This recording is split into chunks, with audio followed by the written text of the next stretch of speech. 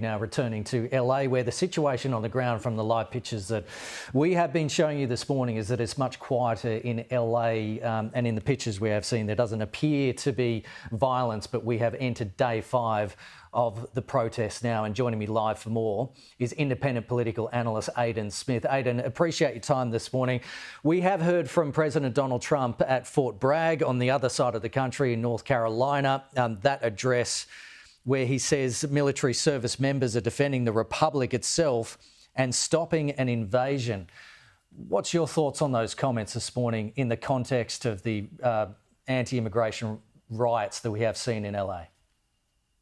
Yeah, as it stands, it already, just speaking as someone from California, so many people back home, including a lot of people I know who either didn't vote or even one or two who voted for Trump, a lot of popular uproar there. In terms of what we're seeing nationally, polling is a lot more divided on kind of partisan lines in terms of whether they're supporting ICE and, the Trump administration's efforts here, or whether they're supporting protesters.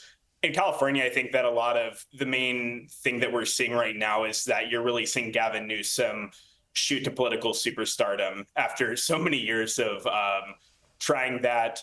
I think that this is something where you're just seeing such an uproar of support for Newsom. And in a time when Democrats don't really have a natural leader after 2024, it's clear that Newsom really wants to take advantage of this leadership vacuum and assert himself as the face of the party going into 2028.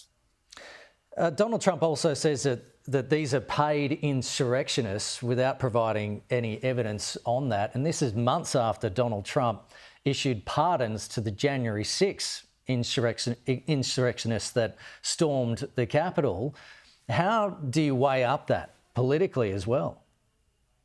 Yeah, I mean, it's something where I don't think it's exclusive to one party per se, but especially it is kind of common among a lot of Republican leaders, whether going back to even 2017, accusing the Antifa protesters of being paid by a network of liberal elites. This has been kind of a thing that's been repeated a lot, even in 2020.